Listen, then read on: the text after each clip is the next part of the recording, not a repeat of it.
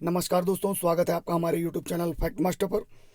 शिक्षक भर्ती की संविधान की सीरीज में तीसरा वीडियो है और दो वीडियो आपने देखे होंगे। बिल्कुल फैक्चुअल संविधान के प्रश्न चल रहे हैं और संक्षिप्त रूप से पूरी तरीके से संविधान के क्वेश्चन करवाए जा रहे हैं और साथ ही साथ जो लगातार पूछे गए हैं आपकी शिक्षक भर्ती में, आपके यूपी टेट में और बहुत सारी शिक्षक भर्ती में जो बार बार रिपीट होते हैं, उन प्रश्नों का समावेश किया गया है और उनको मैं इंगित भी कर देता हूं।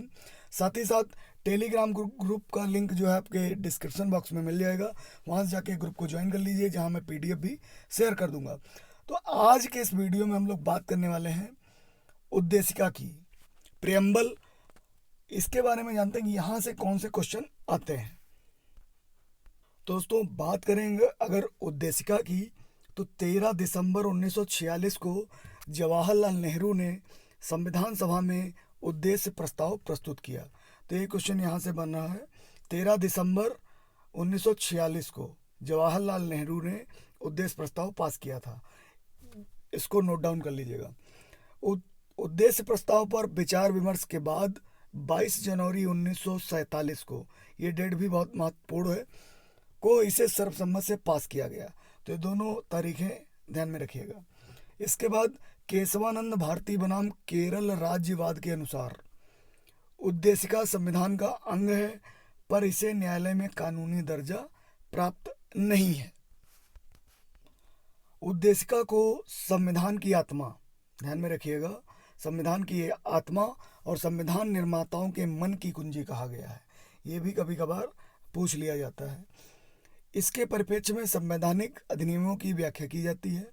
उद्देशिका में प्रयुक्त हम भारत के लोग शब्द से स्पष्ट है, भारत की संप्रभुता भारत की जनता में निहित है। भारत एक गणतंत्र राज्य है। इसका अर्थ है भारत का राष्ट्राध्यक्ष निर्वाचित होगा, आनुवंशिक नहीं होगा। 42वें संविधान संशोधन 1976 द्वारा, ये इंपॉर्टेंट है, उद्देशिका में समाजवादी और पंथ निरपेक्ष शब्द जोड़े गए थे।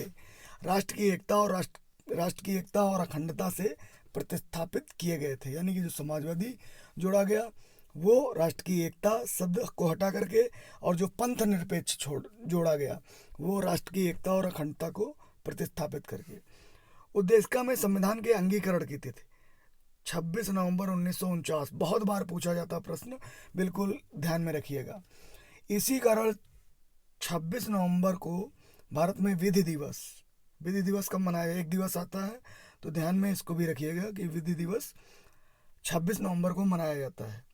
नागरिकता, निर्वाचन, अंतरिम संसद, अल्पकालिक और परिवर्ती उपबंध जैसे कुछ अनुच्छेद संविधान की स्वीकृत के तुरंत पश्चात 26 नवंबर 1949 को ही लागू कर दिए गए थे। 26 जनवरी 1950 को संपूर्ण संविधान लागू हुआ और उसी दिन भारत का गणराज्य घोषित हुआ। तो दोस्तों, इसमें जो तारीखें हैं बहुत ज़्यादा इंपॉर्टेंट है। खास तौर से ये बार बार पूछी जाती कि कब इसको अंगीकृत किया गया, तो 26 नवंबर 1949 को। आगे बढ़ते हैं। उद्देशिका को पढ़ लीजिए आप लोग।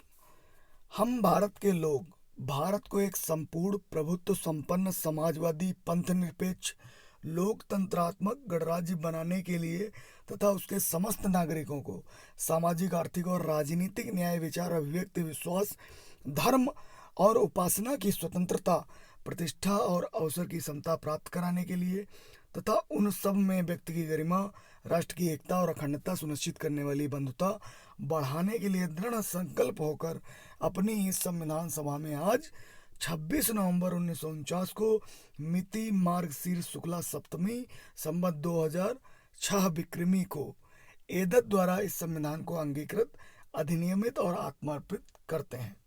तो इसमें जो शब्द दोस्तों दिए गए, इन शब्दों को लेकर भी पूछ लिया जाता है क्या उद्देशिका में ये शब्द कौन सा शब्द है। तो इसको भी आप एक सरसरी निगाह से इसको पढ़ सकते हैं।